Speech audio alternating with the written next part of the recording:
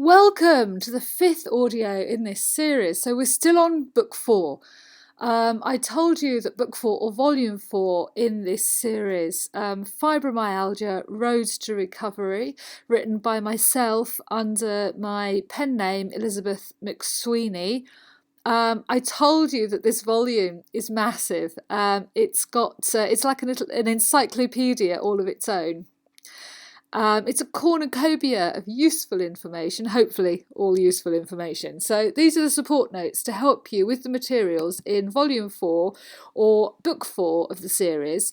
You can find the link to all 5 books below. So welcome. Whether you've downloaded the book or not, or whether indeed you ever do, welcome. Hopefully you will find this audio very useful if you have fibromyalgia. The audio's sort of about 45 minutes long, maybe. I haven't timed it yet, 45 minutes to an hour. So, a bit long and rambly, but do stop and start whenever you need. Now, it is just the supporting chapter to chapter 12, the audio. For chapter 12. So, masses of information you're just about to get if you have fibromyalgia, and I wish you all the best and the best support that we can provide for you on your journey of recovery. So again, I'm so glad you found me, because it signals as much to you as it does to me that you have reached a point in your illness where you are sincerely yearning to recover, and we can help. I recovered from fibromyalgia a decade ago. Now, I've been a bit silent about it because I was ill for over 10 years. I lost 7 years of my life to this condition.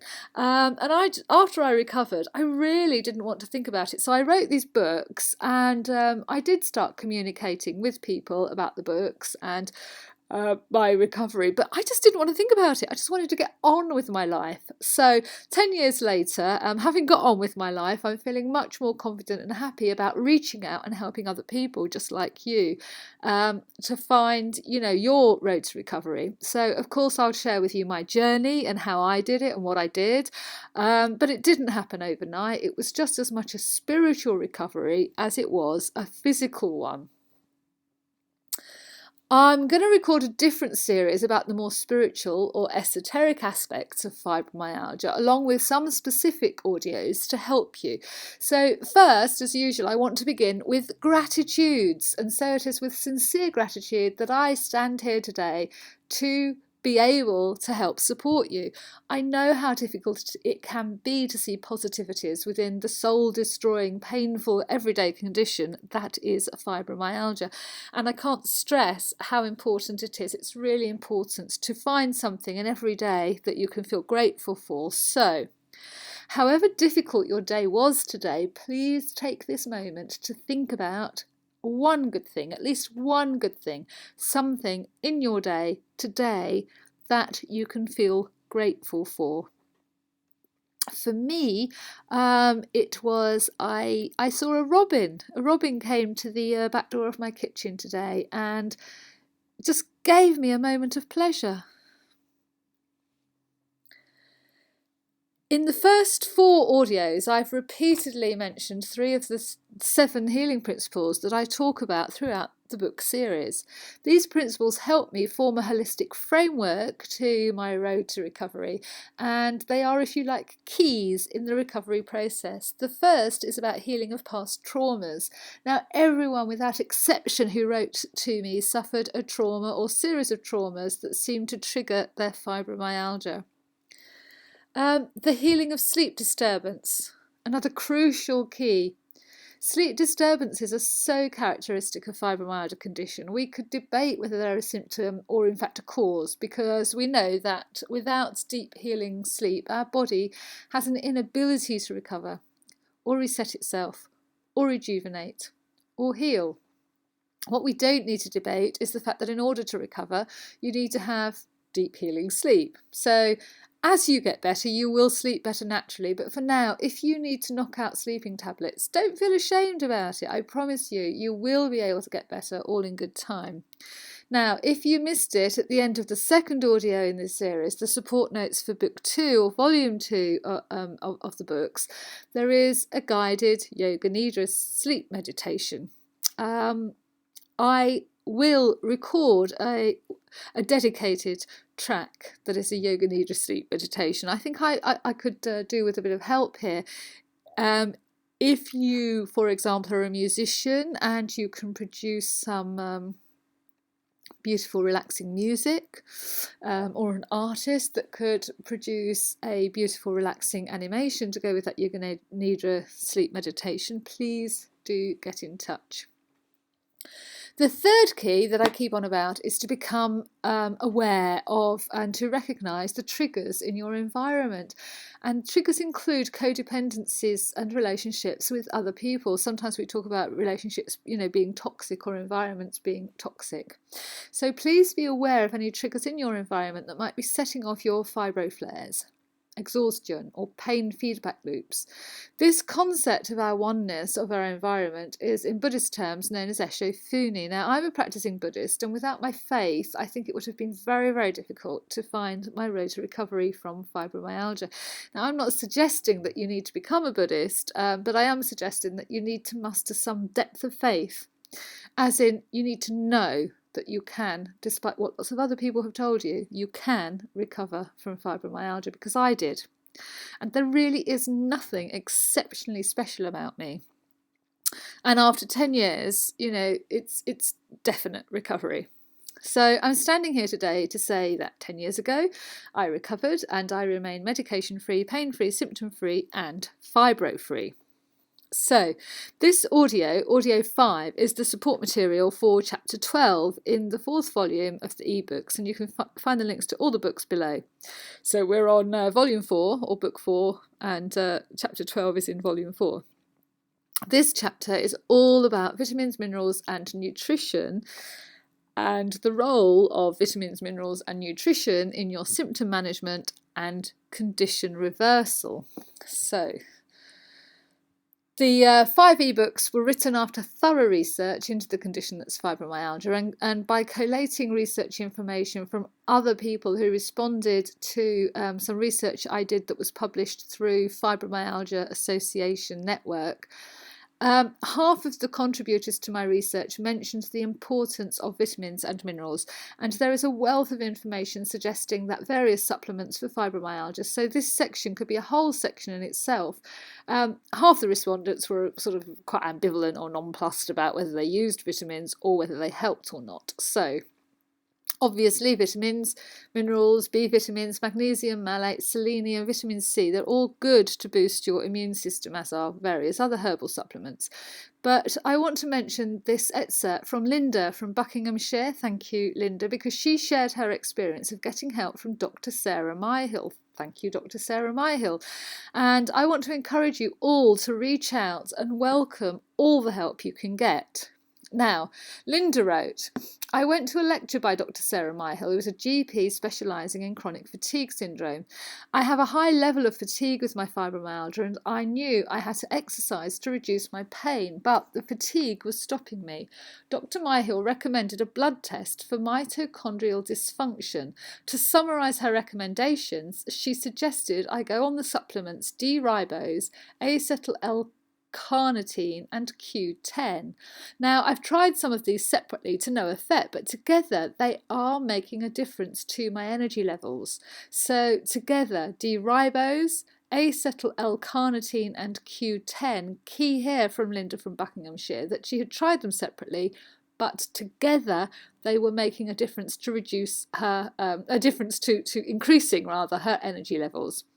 But they also reduced what she called jelly legs when you're feeling like you're walking through treacle. Now, if that feeling as if your legs are so heavy, you're walking through like deep mud, has a resonance for you, you might like to give that combination a go and let us know how you get on.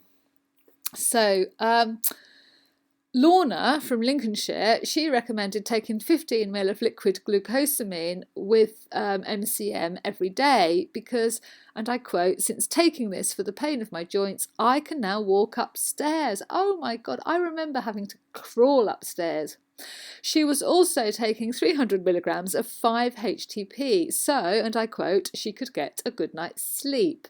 She now attends a herbalist and says she no longer needs the 5-HTP, but she commented at the time it did work well. Great. So lots of top tips in these books. Thank you, Lorna. Now, let's look at some specific vitamins and minerals in more detail. So first one, vitamin B. Our bodies need several B vitamins, most of which are coenzymes that catalyse biochemical reactions. B vitamins are water soluble and, without the exception of B12, are not stored in the body, so an adequate amount needs to be supplied continually by diet or supplement. Vitamin B1, thiamine, was the first B vitamin to be discovered. It was discovered in 1926. It is essential for every cell in your body because it helps in the creation of ATP, and that's like your body's energy molecule, and it's involved in the flow of electrolytes in and out of nerves and muscle cells. I keep reading over and over that people with fibromyalgia have been found to have lower levels of vitamin B than normal, and we do have affected nerves and muscle cells. That's really interesting, but I'm still unable to find the original research source of this information. So if you come across the original research that is about finding lower levels of vitamin B1, or any research where there have been lower levels of vitamin B1 in people with fibromyalgia, do let me know, because I really like to reference and cite my research properly. So certainly it's well known that low levels of B1 result in confusion, reduced attention span, memory loss, irritability, personality changes, depression, muscle fatigues, numbness. Does that sound common? I mean, all of those things I recognised as part of my own fibromyalgia symptoms. Personally, I was never tested for thiamine deficiencies, but when I started eating porridge, which has a high level of B1 for breakfast every day, it's like porridge oats, and I started to pay close attention to my diet, I felt a definite improvement in all of those symptoms. I mentioned in volume 2 of these ebooks something called Myers infusion, which was administered at specialist pain clinics. Now, it's administered not just for pain relief because it contains analgesics, but because it also includes magnesium and vitamin Bs.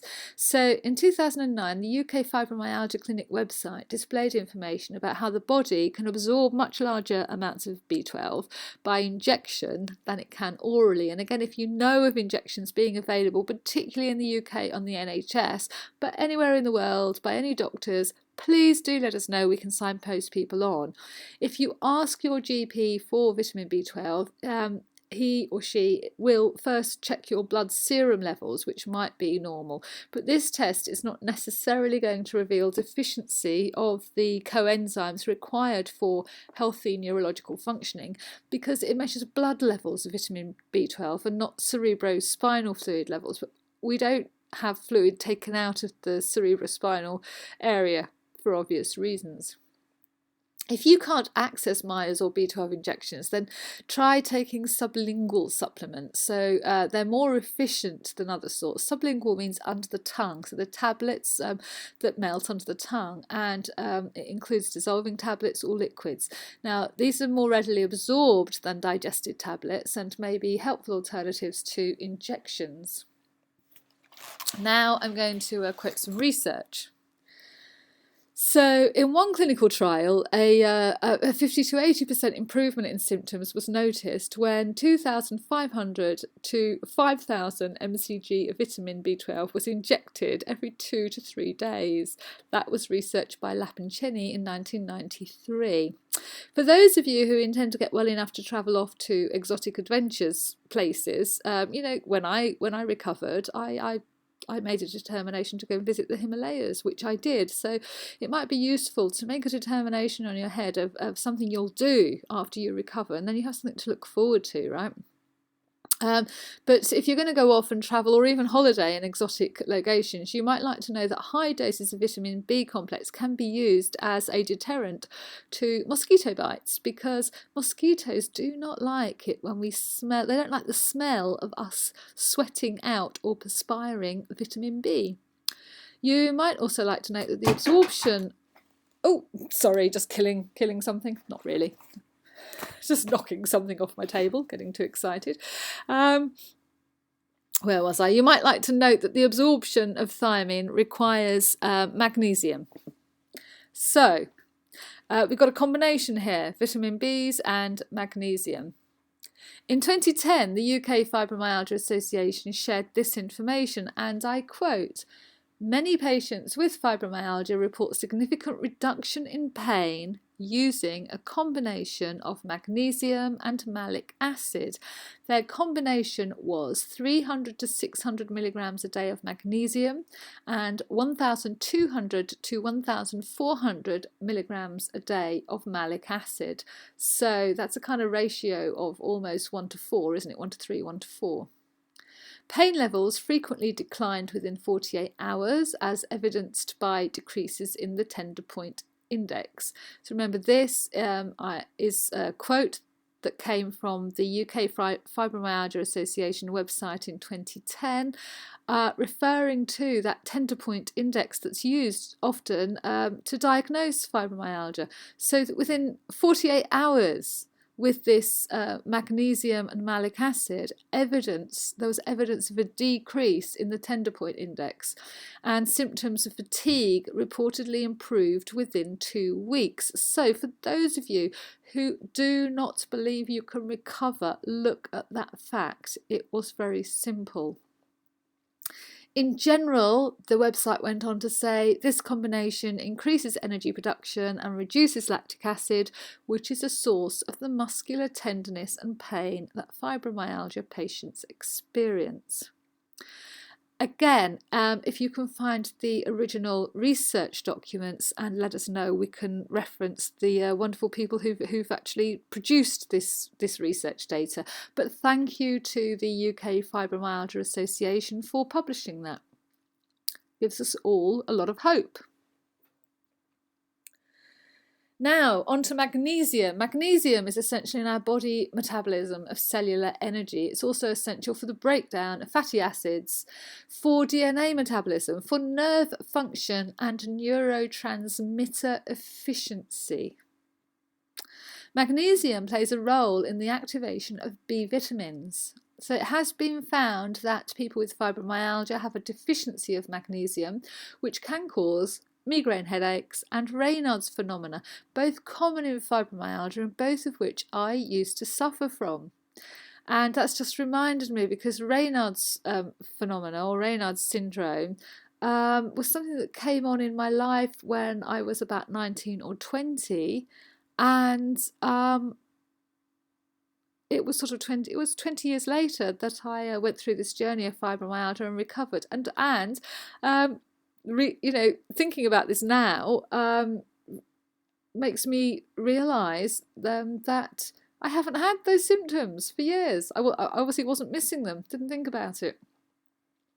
So vitamin B6 and magnesium together make your body produce the hormone dopamine. So and dopamine is the being in love releases dopamine. So vitamin B6 and magnesium. So therefore, a lack of vitamin B6 and magnesium, can cause a lack of dopamine, which causes depression, and that is another common condition of fibromyalgia. So magnesium deficiency also causes nerves to fire too easily, which results in oversensitivity in fibromyalgia syndrome to noise, light. Everything is registered as pain. Yeah. Now, top tip: alcohol decreases magnesium levels. So you think you're taking alcohol to, take the pain away, but it decreases magnesium levels. So a hangover and magnesium deficiency actually bring on the same symptoms of headache and sensory sensitivity.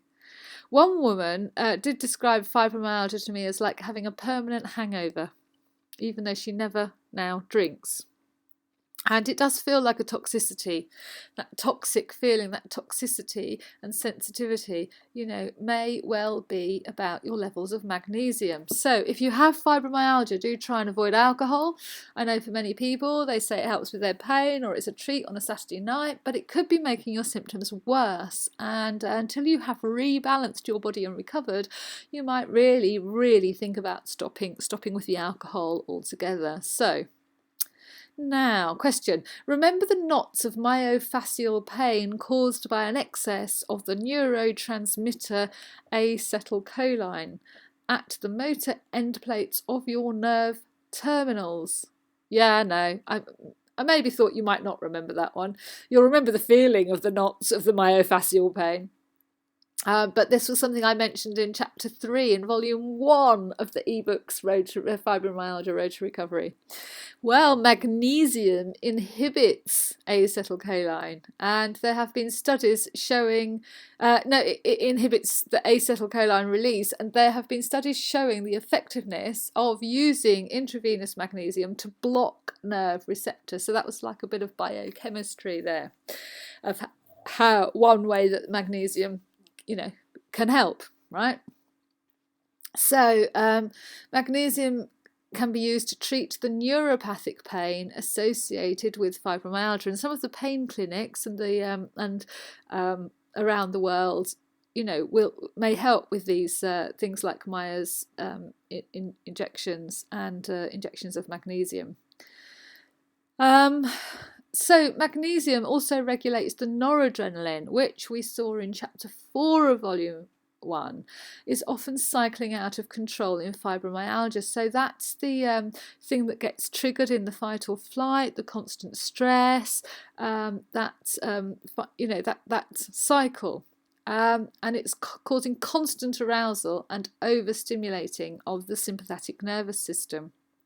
I was reading some research by Mark London, and he wrote some research called The Role of Magnesium in Fibromyalgia. So it can help with regulating that fight or flight, which is very common in post-traumatic stress. So again, we see this link to traumas. So again, we see that healing past traumas as key to your recovery. So please reframe fibromyalgia rather than a chronic illness as a deep healing journey of its own. But we can treat it physically, for example, with magnesium, as well as the psychological and emotional effects of the trauma, particularly if people also have been diagnosed with post-traumatic stress. So we can see how something as simple as magnesium can support your recovery process.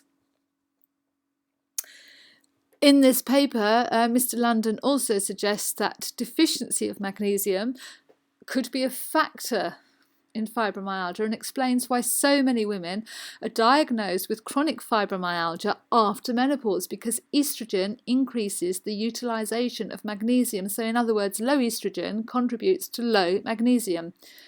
Disrupted sleep patterns, insomnia, can also cause lower magnesium levels. So again, we now see this really interconnected pattern between sleep making us feel worse, and one of the ways that it does it is that it lowers our magnesium levels if we can't sleep properly or we have these disrupted sleep patterns. So we need to treat the insomnia, and that is a key to your recovery. Before you rush out to buy magnesium supplements, it's advisable to take a form that allows you to start with a very low dose. Actually, with all supplements, I would say start with a low dose and increase, because you don't want to shock the body.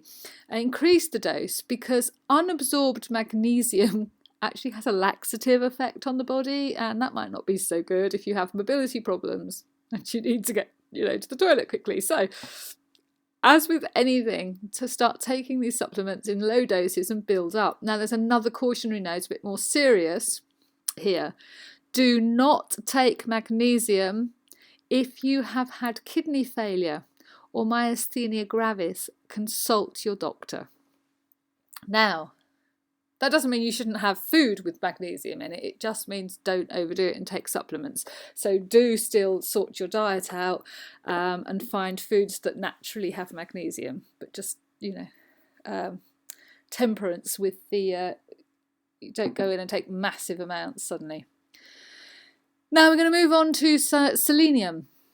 There are many advertisements from vitamin and health companies promoting selenium for fibromyalgia, but contradictory research evidence. So 1994 research paper Selenium Status in Fibromyalgia found a statistical significant difference in levels of selenium, which were lower in fibromyalgia patients than in the control group. So this piece of research was Dr. Reinhardt and Associates.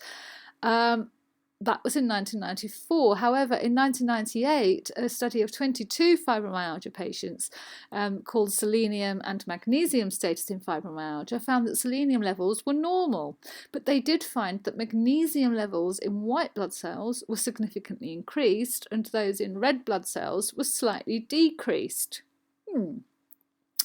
That's interesting, and explained that these magnesium abnormalities are associated with previously reported impairment of vitamin B1 metabolism. So now we're seeing this sort of connective link between the vitamin B1s, the thiamines, and the selenium and the magnesium, and getting the balance right in the body. So, given the inconclusive nature of selenium's help for fibromyalgia, I thought I might throw in the following caution as well. A high dose, and again, don't suddenly start dosing yourself up, high doses, 1,000 micrograms a day for prolonged periods, might cause adverse reactions in themselves. And reaction is chronic selenium poisoning, and the symptoms include hair loss, brittle nails, rashes, and significantly breath that smells like garlic. Also, fatigue, irritability, nausea, and even vomiting.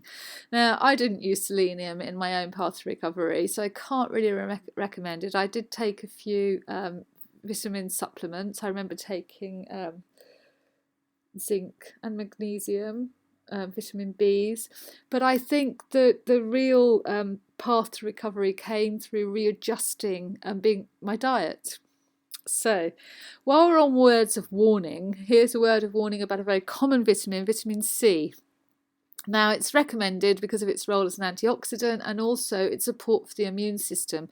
Vitamin C is readily available in fresh fruit and vegetables. Now, I remember when I had fibromyalgia, my hands being so painful that I couldn't even peel an orange. So, I'm aware that sometimes readdressing our diet into a healthy diet can be almost impossible if we're disabled with chronic pain. So, again, popping vitamins and minerals, don't feel ashamed about doing it, but do try and get these balances right through diet.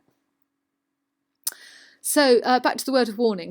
Don't take mega doses of vitamin C if you have a history of kidney problems, and consult your doctor if you have thalassemia, hemochromatosis, crematosis, or sickle cell anemia. Now that's interesting again because lots of people who have a diagnosis of sickle cell anemia also have diagnoses of fibromyalgia. So again, good idea, go to your doctor or go to a professional nutritionist, because if you take too much vitamin C in those circumstances, you may need to be monitored for iron overload as opposed to iron deficiency. The most balanced way to take vitamins, therefore, of course, is as blended multivitamins with minerals, and that all helps the absorptions. So to make life simpler, many of us take ready prepared multivitamins with minerals and trace elements. Trace elements exist in minute amounts in the body. In other words, they're just a trace of them, but this does not mean they're not important. On the contrary, they're vital and they're really important to our body's ability to maintain and recover and keep good health. And here is maybe a little summary. Boron, for example, is an essential ingredient in healthy bones. Chromium in controlling levels of blood sugar. Cobalt is a component of vitamin B12. You don't really need to know all of this, but there is an interesting trace element here, copper. Now, copper helps iron absorption and it regulates histamine. Now, when we have too much histamine, particularly that can be caused by dehydration, we can feel pain, a shingles type pain. Copper is also involved in red cell production and the production of noradrenaline and melanin, so it's kind of really important that the balance of all these things is correct in the body. And it also controls intracellular energy production. Now, too much copper, not good. Nice balance between copper and zinc, good. Not balance good. But there is an interesting little product that I'd like to talk about here, which is a product by Weleda called Copper Balm. And I used to use this to massage my legs to help with restless leg syndrome, and it worked. So we might get one of those products together for you. So I'm going to move on to herbs and herbal supplements. So that was kind of vitamins. Sorry, I just need to take a drink. Gosh, hope you're keeping up with me. If I'm rambling on and it's just too fast, come back. The beauty of the audio track is, of course, you can listen to it over and over, but also the beauty of downloading the books is you can just read a tiny bit at once. You're not expected to learn all of this. It's not a course. There won't be an exam at the end. I just hope that it is useful information. What I hope most useful about this information is that it will help to absolutely convince you that once you rebalance these imbalances, without a doubt, recovery is possible.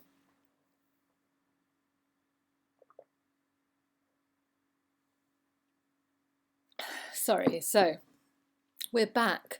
We are looking at chapter 12 in volume 4 of the books Fibromyalgia, Road to Recovery, that I write under my pen name Elizabeth McSweeney, and I'm now going to talk about herbs and herbal supplements, some of the people that wrote to me found useful.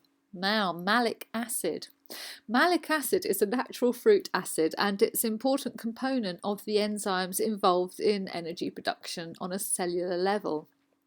It's found in wines, sour apples, pears, tomatoes, bananas, cherries, and fermented fruit. Now, the sour apples, the apple cider vinegars and the wine vinegars is useful because what we're trying to do is take the body out of an acidic environment and realkalize it. So these supplements, these vinegars, bicarbonates of soda, I used to use just lemon juice in water. Increasing my lemon juice in water with sprinkles of sea salt, and which has lovely, the right mix of potassium and sodium. Some people swear by taking the apple wine vinegars every day. And sour, it's that sour fermented. Malic acid, it's chemically manufactured and it's added to food to give a tart taste. So when the chemical is added to your food, it's a chemical called E296, and E's are additives, but if you look out for E296, might be useful. It is also naturally synthesized during the body's energy cycle, which is the Krebs cycle, and I think we've got some diagrams in the books about the Krebs cycle. Our energy cycle. So in 1992 there was a report called Management of Fibromyalgia, the rationale for using magnesium with malic acid, and it found indirect evidence for magnesium and malic acid deficiency and reported that test patients recorded a reduction in pain. There was indirect evidence of the deficiency, and yet it also reported that a reduction in pain within 48 hours of taking the supplements was recorded. Now, that's interesting, isn't it? A reduction in pain after just 48 hours of taking supplements of magnesium with malic acid. Again, evidence that you can recover, that your pain can be reduced. So, a 1999 report, Management of Fibromyalgia, listed malic acid amongst the treatments for fibromyalgia. A suggested dose from that research came in at 1,200 to 2,400 milligrams a day. Now, this is something you could try for 4 to 6 weeks and record your improvements in your symptoms. Keep a diary, recording your improvements in your symptoms. Brilliant. And let us know how you get on. I'm going to move on to a very interesting herb now, ginkgo biloba. It's not really a herb, it's a tree. It's the national tree of China. This tree can live for thousands of years, and its tenacity is illustrated by the fact that while few other living sentient or insentient organisms survived the atomic explosions at Hiroshima, ginkgo trees within 1 or 2 kilometres of bomb impact, although incredibly charred, were soon healthy again and survived to this day. So it's quite a symbol of hope as well. Ginkgo leaves are a symbol of the Japanese tea ceremony, and though it's the nut-like seed that it's cooked traditionally in East Asian dishes, there are conflicting research conclusions as to its usefulness for treating and preventing dementia. There was a study by the Williams College sponsored by the US National Institute on Aging, and their conclusions were that there was no measurable benefit in memory or related cognitive function in adults with healthy cognitive function. In other words, if you've got a healthy cognitive function, it's not going to make you, genius. But Jerry Falwell's Liberty University study came to a different conclusion, with evidence to support the potential effect of ginkgo in enhancing certain neuropsychological and memory processes of cognitively intact older adults. That's adults 60 years and older. Now, lots of people who are over 60 suffer from fibromyalgia. Lots of people who are younger suffer from fibromyalgia. But there is a condition, fibrofog. Now, if you suffer from fibromyalgia, you'll understand what fibrofog is. If you don't, it is very difficult to explain. But it could be that taking ginkgo biloba supplements, for example, might help. So, anything that's going to help might help. The Jerry Falwell study was sponsored by Schwabe, and they were a company marketing ginkgo. So, you might reach the conclusion that it was in their interest to say this. Although, to be fair, my company, Green Lotus and Lotus Healing, we may well be selling these things that are helpful. So it doesn't really mean that we're skewing the research conclusions. So whatever its impact on dementia, we do know that ginkgo improves blood flow to most tissues and organs, and there is a getting oxygen to our cells in our muscles, really, really important with for anyone really, but if you have fibromyalgia. So ginkgo protects against oxidative cell damage, and it blocks the clotting effects in renal, respiratory and central nervous system problems. So I'm just reaching. Back in a minute. So I just need a bit of light. Pop a light on. Right, pop a light on and sit down. Right, I'm back. Here in the UK, Exeter University's Pitler and Ernst did some research, and they found that was 20 years ago, because it was 10 years ago that I wrote the book, so maybe up to 20 years ago. Their research, ginkgo biloba extract for the treatment of intermittent claudication, a meta-analysis of randomised trials, at which point you're thinking, what on earth is Lily rabbiting on about? Right, ginkgo biloba extract used in the treatment of intermittent claudication, and then a meta-analysis of randomised trials. So we'll start with that. So meta-analysis is a collation of research where people have gone over all the known research, or a lot of the known research. It can just be research of 3 or more papers, but a lot of the research. They'd looked at all the randomised trials where they'd used it. And intermittent claudication is the technical term, or the medical term, for pain during exercise, such as walking. Now, that's the thing. When people with fibromyalgia say they are in pain all the time. And normally, if you have aches and pains and then you exercise, or you walk, or you move, the pain will go away. With fibromyalgia, you can experience intermittent pains during simple things like walking.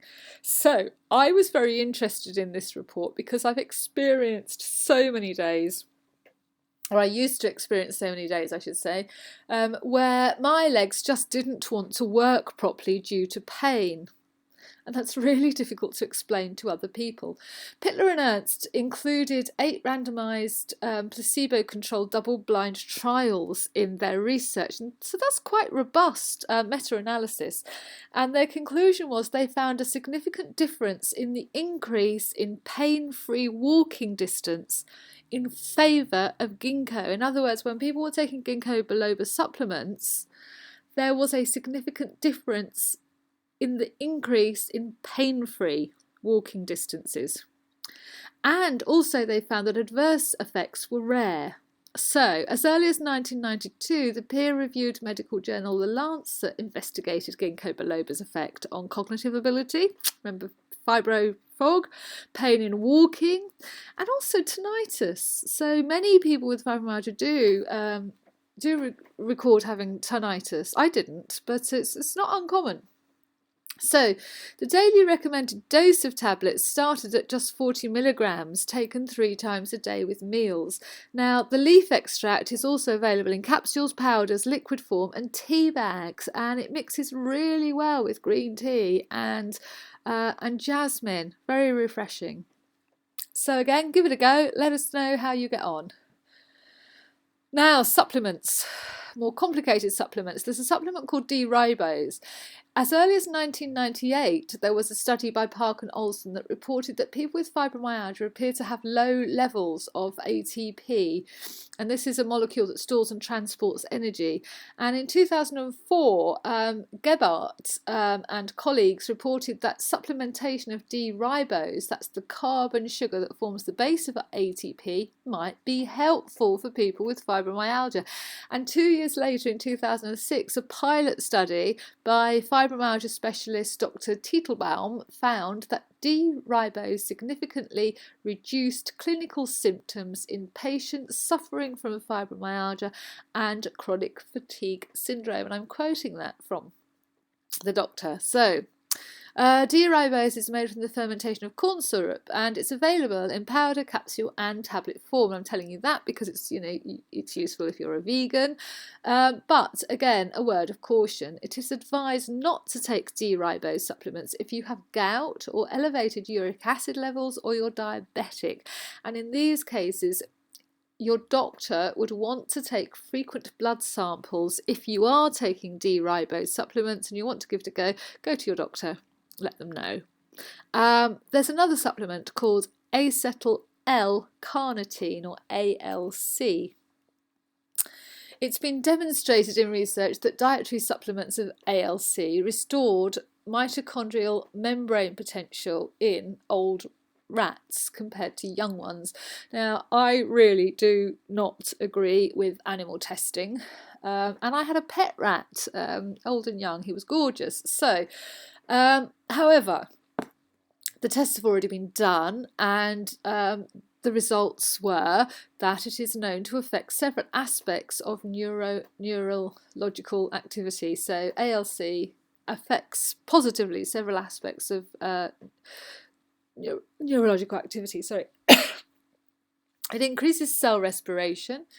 It enhances cognitive performance, so again, may help with fibro fog, and it increases production of neurotransmitters. So remember that the mitochondria, which are the powerhouses of each cell, and the various neurotransmitters in people with fibromyalgia are working inefficiently. One double-blind trial in people with fibromyalgia showed significant improvement in musculoskeletal pain, depression, and general health after just 10 weeks of taking 1,500 milligrams of ALC a day. So we might be, getting some of this available as well. Several people wrote to me about the supplements mentioned above, that I've already spoken about, but they also attested to the usefulness of coenzyme Q10. Coenzyme Q10 is found inside our mitochondria, which is the power plants of our cells. Oil-soluble coenzyme Q10 generates 95% of your cell's ATP energy, and it's present in most cells. So to produce ATP, the mitochondria need Q10, but they also need D-ribose and L-carnitine and magnesium and vitamin B3. So healthy body can produce coenzyme Q10. But still, we need a dietary supply in order to do that. And in the diet, it comes from oily fish, liver, red meats, eggs, spinach, broccoli, peanuts, wheat germ, and whole grain. Now, I don't digest peanuts very well, so I tend not to eat them. I remember when I first visited China in 1989, they used to cook them like beans and boil them first, so maybe they're more digestible. Also, when I had fibromyalgia, I had a wheat allergy. So wheat germ would have been difficult. And many years ago, I was a vegetarian. In fact, I was a vegan for a few years, but obviously I didn't eat properly. And I was quite ill. I went to see a Chinese doctor, and he gave me acupuncture, and the acupuncture didn't work. And he apologised sincerely, and he said, in China it's the doctor's responsibility to keep you healthy, and I promise you I can make you better. And he put me on a strict diet of having to eat liver and red meats 4 times a day, and it was very difficult for me to stomach because like I said at the time I was a vegan. But I did get better, and then he treated me with acupuncture and I got better. So I think sometimes we should look upon foods as medicine rather than diet. So also do note that processing and cooking these foods, particularly by frying, reduces the Q10 in them. So it's no good like frying up a steak or frying up eggs, maybe not so good. Spinach, broccoli, wheat germ, whole grains, and oily fishes. Fish. Our bodies also need 8 vitamins and several trace elements, including folic acid, vitamin C and B, in order to synthesize Q10. So, our bodies need those things for other reasons, but if we don't have them, we can't synthesize Q10, so we might not be able to make it, and we can't synthesize it, and its production is inhibited by various environmental toxins and also pharmaceutical drugs, including statins and beta blockers. So here again, we look at this pattern where it's really useful to discuss these things with your doctor, because what you're taking in terms of pharmaceutical drugs might be affecting you in other ways. So production of Q10 in the liver is detrimentally affected also by aging, exposure to ultraviolet light, and chronic diseases. There's a lot of interesting research into the use of Q10, but it's mostly inconclusive. Dr. Sarah Myhill explains on her website her experience of low Q10 levels found in patients with chronic fatigue. Now that's useful, isn't it? Because people with fibromyalgia are often also, usually also suffering from chronic fatigue. So Dr. Myhill, I'm going to quote something from her. I'm just looking for the quote here. So I'm going to quote, said, "It's important that a hydrosoluble form of coenzyme Q10 is used in order to ensure good absorption, but it is expensive." I'm going to say that again for a couple of reasons. A hydrosoluble form of coenzyme Q10 is used. It's important to ensure good absorption, but it is expensive. Now, when I had fibromyalgia and I had taken these first steps to absolute determination to recover, of course, when you're chronically ill and you have fibromyalgia, often your work has gone from full-time to part-time to no time because it's a disability and you're incapable of work, and it's a chronic illness. And that was the story that happened to me, and I talk about that in the other audio tapes, and I talk about that in book 3 or volume 3 of this series of books. Now, it is important, once I had decided to make the absolute determination that I was going to recover, I just wasn't going to put up with this anymore, I did have to divert resources into my recovery process and go without other things. But then I realised that my health was so important. Every penny that you spend on recovery is making the cause for you to recover, and recovery is possible. So Dr. Myhill says it's important that a hydrosoluble form of coenzyme Q10 is used in order to ensure good absorption, but it is expensive. So the absorption of Q10 can be improved if it's taken with fatty and oily meals. So if you could empty a capsule into a teaspoon of olive oil before swallowing the lot, or oily fish, it's possible for Q10 to be prescribed on the NHS prescription. So this is important for people in the UK. We're so lucky. I nearly swore then. We're so lucky. It's possible for Q10 to be prescribed on the NHS prescription. It's not in the British National Formulary, but it has not been blacklisted in capsule form, so it is prescribable. Now, if your GP, this is, and I'm quoting still from Dr. Myhill, if your GP is willing to help, she says, then ask him or her to prescribe ubidecarenone 100 milligram capsules, because they are available on the NHS. Or your GP might find something else. The chemist can order any brand and the prescription pricing authority will honour the prescription. So what she's saying is hydrosoluble forms of coenzyme Q10 can be expensive, but they are available from your GP in the UK on NHS prescription, and the prescription pricing authority will honour the prescription. This is what she was saying in May 2011. Now I'm telling you this in January 2020. Things might have changed. Ask your GP. So she had recommended that you ask your GP to prescribe ubidecarenone. This is all in the books, so links below.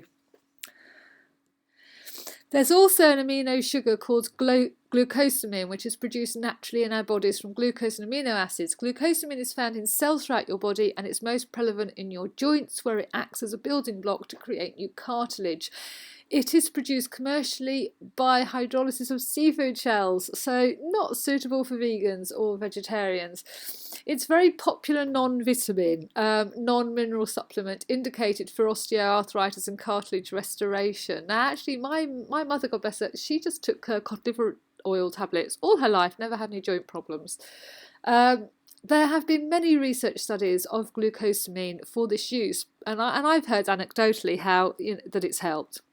But conclusions have been mixed. However, on one very relevant study, which was written up in Fibromyalgia News in 2004, there was an article, glucosamine boosts NSAID for more effective pain relief. Now, what that means is that the drug combination of glucosamine with non-steroidal anti-inflammatories, that's what NSAID stands for, non-steroidal anti-inflammatories, by which we are talking about the ibuprofens, the naproxens, all of those medications that if you have fibromyalgia you have probably been prescribed.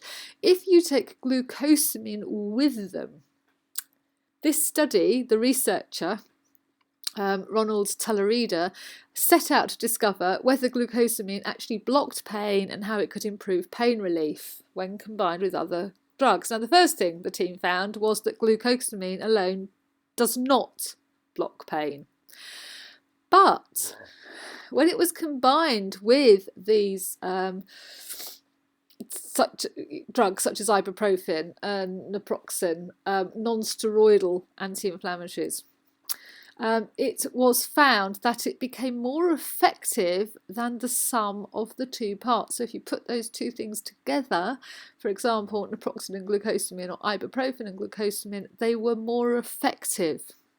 So here's moving on to something that has another note of caution. 5-HTP.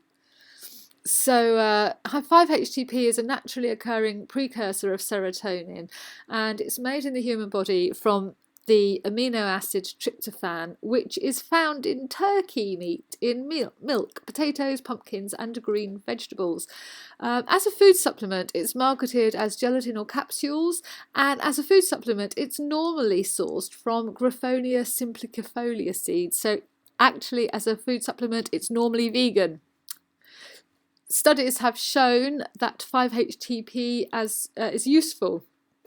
It's useful in all kinds of things. In 1990, there was a double-blind fibromyalgia clinical trial. Oh, excuse me, and it found that 5-HTP, sorry, I need to quote this again,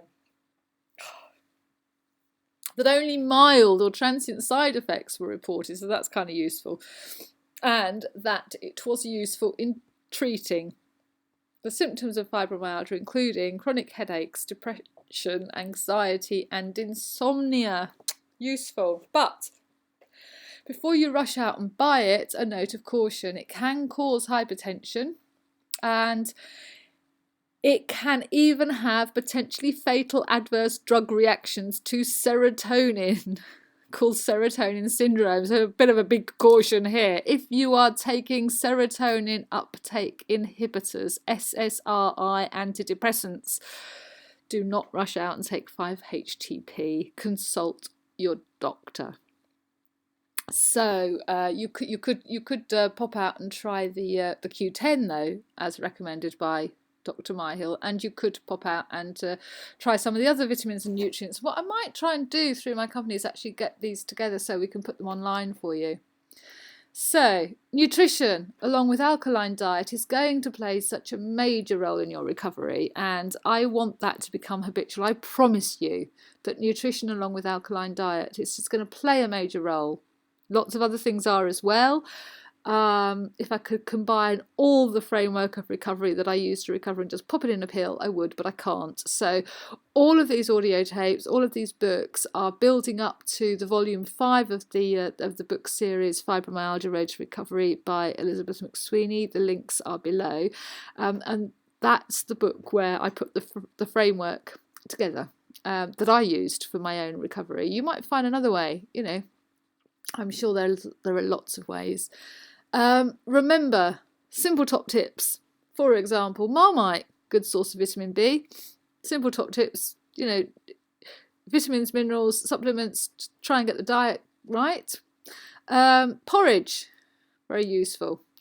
Linda from Buckinghamshire specifically recommended nutritionist Nora Wickerson. We've already had and she said by going to Nora, whose website was tackling fibro, that she had improved her fibromyalgia symptoms and went from being housebound to going back to work full time. So congratulations, Linda. Well done, and thank you to Nora Wickerson. Thank you, Dr. Sarah Myhill.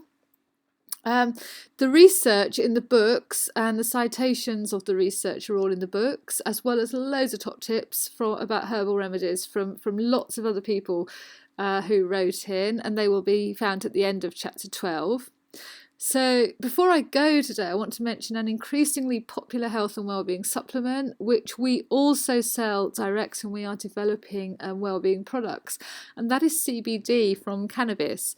Now, either in the form of distillates or broad-spectrum cannabis plant extracts. Now, CBD is legal in this country as a wellbeing and cosmetic ingredient, so obviously you do need to make sure that you are buying it from a reliable source, because cheap isolate-based CBD products, and there's nothing wrong with isolate-based CBD products if you apply them topically on the skin, but cheap isolate CBD products are probably made from industrial hemp, and industrial hemps and can have traces of fertilizers and heavy metals in them. So the general word of caution here is, if it's cheap, don't buy it. That's an awful thing to say. If it's too cheap, I should say, because we all like a good bargain. But to look out for the CBD distillates or the broad spectrum cannabis whole plant extracts, broad spectrum extracts. We sell a 10% CBD in a carrier oil, and that's a good one. But just, the ones that are too cheap are probably made of industrial hemp, you know, and they can have heavy metals and toxins and fertilizers in, and that's not going to help you get better. So before I go, I would like to say, if there's anyone out there who'd like to supervise me on a PhD researching the effects of cannabis in fibromyalgia, or anyone who'd like to fund that, or anyone who'd like us to help us get a contact with the Home Office and a Home Office licence to grow a pharmaceutical growth for research here in the UK, do get in touch, because we really want to drive this research about cannabis and fibromyalgia forwards. I'm not going to say anything else about that now. We're going to dedicate a complete audio and videos to that later on. So if you want some information, get in touch. The Twitter's below. The links to contact us are below. And that's it for today. Sorry, that was a long rambling one. I hope you got through to the end with me. Okay. All right. Bye for now.